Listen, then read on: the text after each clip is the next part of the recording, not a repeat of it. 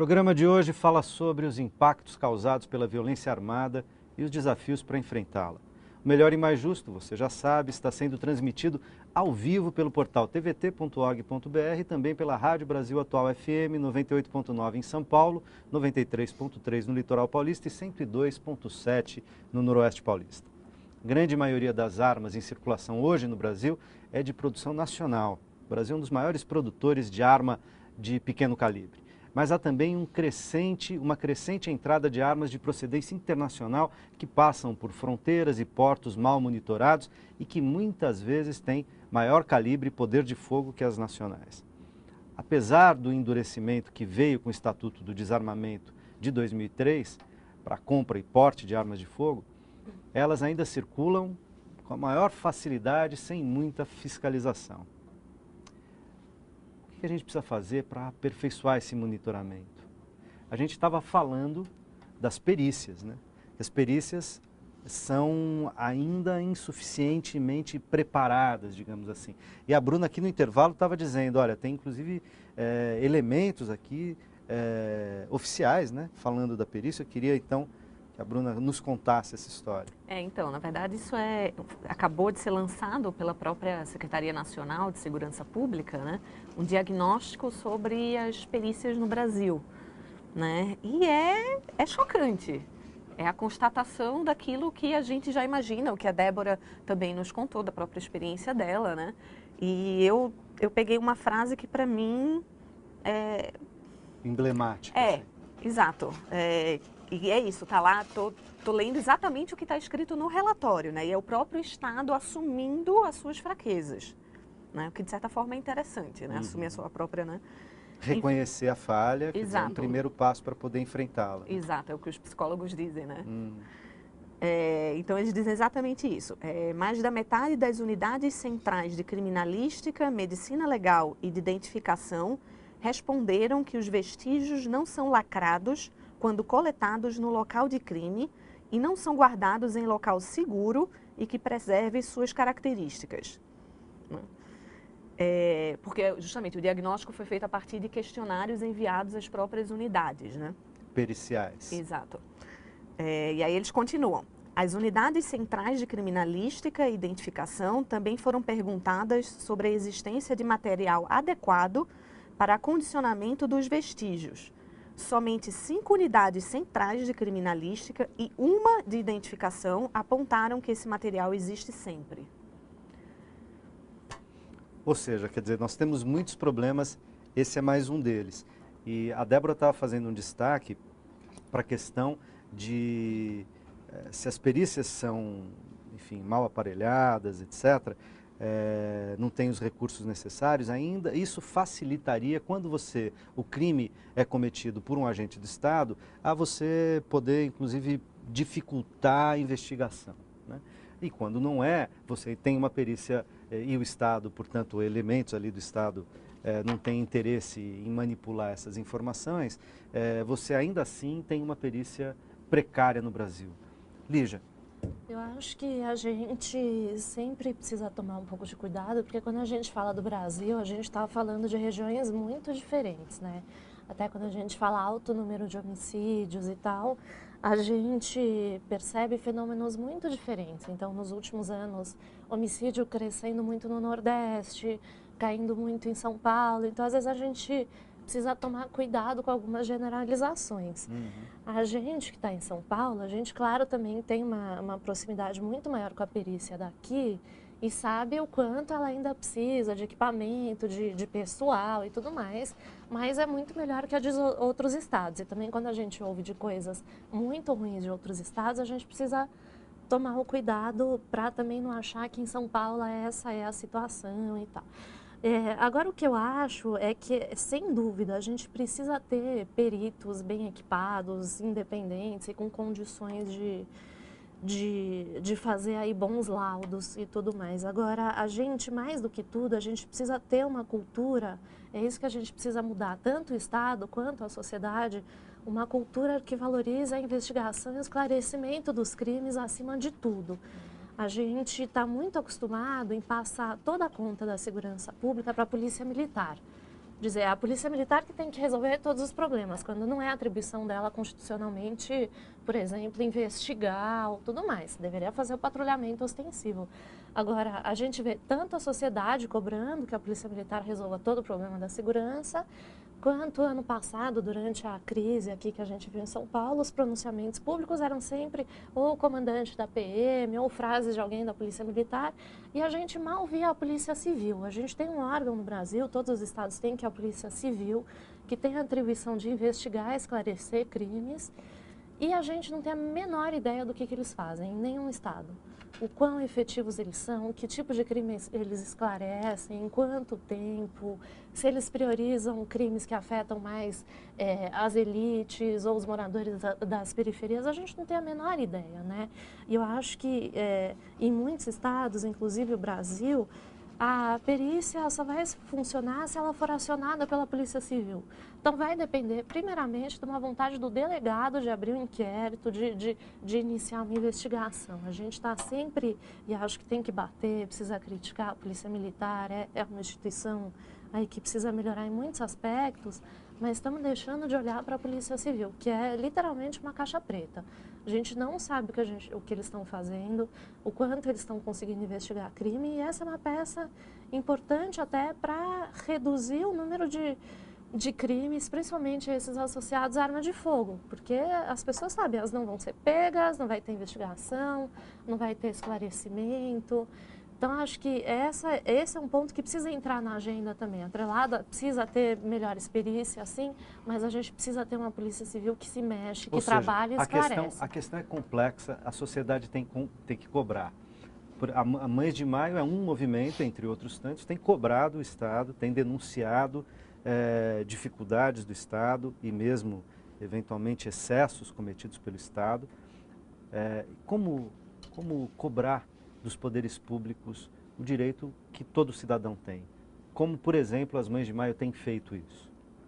As mães têm feito um enfrentamento muito forte e têm avançado. Né?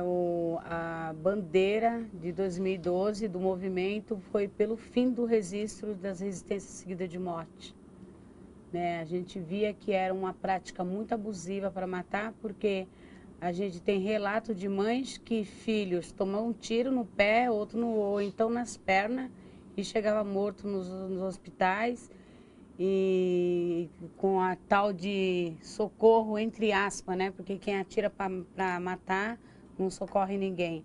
Mas a gente tem a autocrítica também da Polícia Civil, e é por isso que a gente entra em outra campanha, né, com êxito no fim do registro de resistência seguida de morte. Fomos contemplados pelo Estado de São Paulo como pioneiro, né, que foi até nas discussões lá em Brasília, a gente nunca imaginava que saía pelo Estado de São Paulo, né, esse avanço. Teve um começo, uma resistência, mas não tinha como recuar, tinha que avançar, e foi muito gratificante para o movimento, que foi uma bandeira, assim, a bandeira da vida, né, o fim dos registros. E a gente entra com toda a fé que a gente vai também alcançar lá na frente essa batalha sobre o fim, a desmilitarização da polícia. A gente não precisa de duas polícias, uma que mata e uma outra que não investiga. Né? Desde o momento que a gente tem duas polícias, que uma mata e uma outra não investiga, então a gente estamos perdendo o direito de ir e vir, e a gente não tem êxito.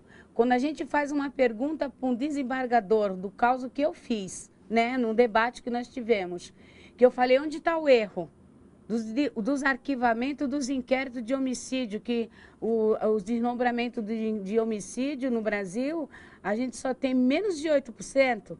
Isso é um fato vergonhoso, né? O Brasil está aí no ranking mundial de taxa de homicídio, né? E ele falou que vem da base.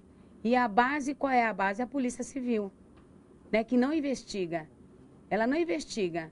E se ela tivesse de investigar, jamais eles admitiam, né, uma vítima de execução sumária, no caso do meu filho, ser enterrado com um projétil, e depois o próprio Ministério Público pede um arquivamento, faz vista grossa naquele inquérito, né?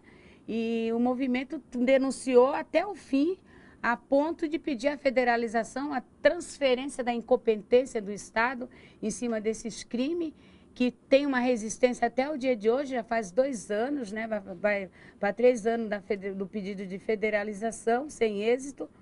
Mas a gente vamos tentar fazer por outro modo, que é pedir a desmilitarização da polícia, porque está no PNDH3, é um projeto do movimento Mães de Maio, que saiu da Baixada Santista esse pedido, o desmilitarismo, e nós vamos ter isso, com certeza. E desmilitarizar a polícia significa o quê, Bruna? Aliás, antes, a Débora trouxe 2 livros que têm a ver com a luta do movimento de mães. Eu queria...